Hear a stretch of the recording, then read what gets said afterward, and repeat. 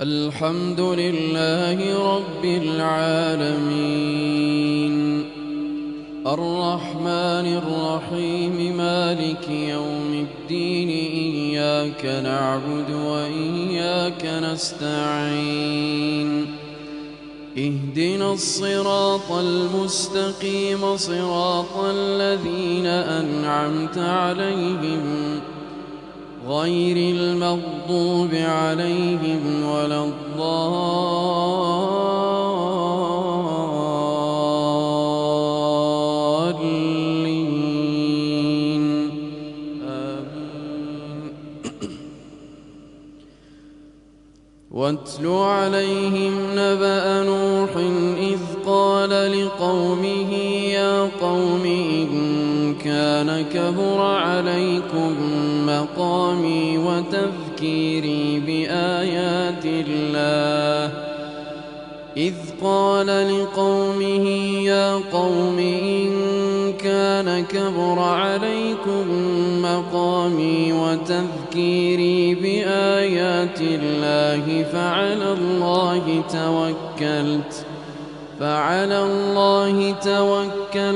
فأجمعوا أمركم وشركاءكم ثم لا يكن أمركم عليكم غمة ثم اقضوا إلي ولا تنظرون فإن توليتم فما سألتكم من أجر إن أجري إلا على الله وأمرت أن أكون من المسلمين فكذبوه فنجيناه ومن معه في الفلك وجعلناهم خلائف وأغرقنا الذين كذبوا بآياتنا فانظر كيف كان عاقبة المنذرين ثم بعثنا من بعده رسلا إلى قومهم فجاءوهم بالبينات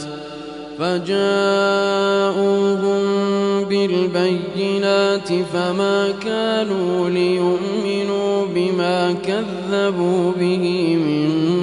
قبل كذلك نطبع على قلوب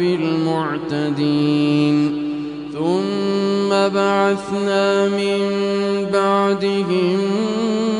موسى وهارون إلى فرعون وملئه بآياتنا فاستكبروا وكانوا قوما مجرمين فلما جاءهم الحق من عندنا قالوا إن هذا لسحر مبين قال موسى أتقولون للحق لما جاءكم أسحر هذا ولا يفلح الساحرون قالوا أجئتنا لتلفتنا عما وجدنا عليه آباءنا وتكون لكما الكبرياء في الأرض وما نحن لكما بمؤمنين وقال فرعون ائتوني بكل ساحر عليم فلما جاء السحرة قال لهم موسى ألقوا ما أنتم ملقون فلما ألقوا قال موسى ما جئتم به السحر السحر إن الله سيبطله إن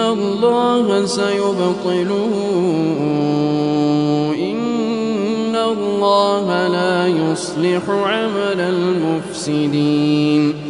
ويحق الله الحق بكلماته ولو كره المجرمون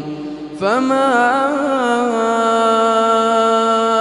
آمن لموسى إلا ذرية من قومه على خوف من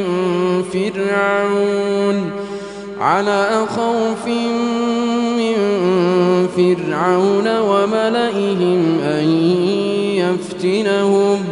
وإن فرعون لعال في الأرض وإنه لمن المسرفين وقال موسى يا قوم إن كنتم آمنتم بالله فعليه توكلوا إن كنتم مسلمين فقالوا على الله توكلنا ربنا لا تجعلنا فتنة للقوم الظالمين ونجنا برحمتك من القوم الكافرين وأوحينا إلى موسى وأخيه أن تبوأ لقومكما بمصر بيوتا واجعلوا بيوتكم قبلة وأقيموا الصلاة وبشر المؤمنين وقال موسى ربنا إنك آتيت فرعون وملأه زينة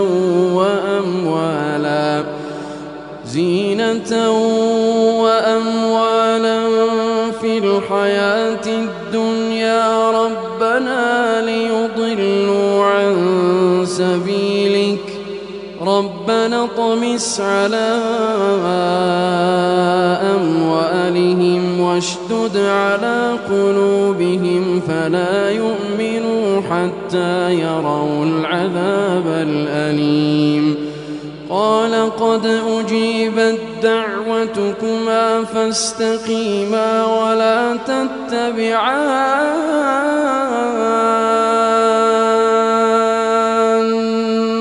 سبيل الذين لا يعلمون وجاوزنا ببني إسرائيل البحر فأتبعهم فرعون وجنوده بغيا وعدوا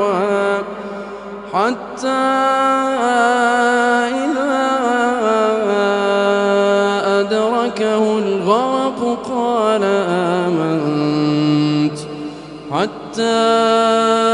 إذا أدركه الغرق قال آمنت أنه لا إله إلا الذي آمنت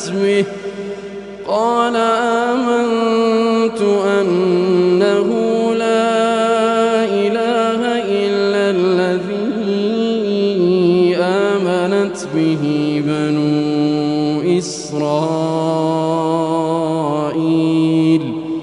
وأنا من المسلمين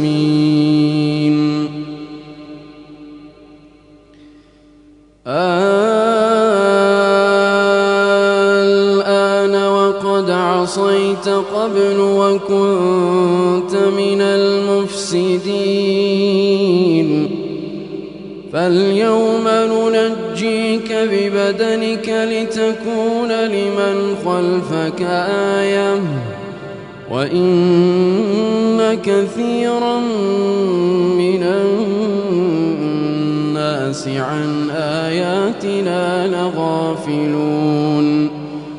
ولقد بوأنا بني إسرائيل مبوأ صدق ورزقناهم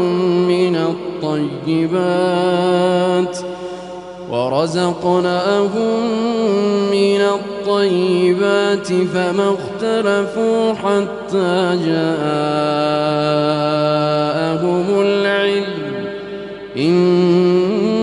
ربك يقضي بينهم يوم القيامة فيما كانوا فيه يختلفون فإن كنت في شك مما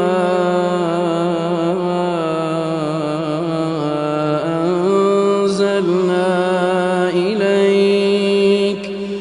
فاسأل الذين يقرؤون الكتاب من قبلك لقد جاءك الحق من ربك فلا تكونن من الممترين ولا تكونن من الذين كذبوا بآيات الله فتكون من الخاسرين إن الذين حقت عليهم كلمة ربك لا يؤمنون ولو جاءتهم كل آية حتى يروا العذاب الأليم فلولا كانت قرية آمنت فنفعها إيمانها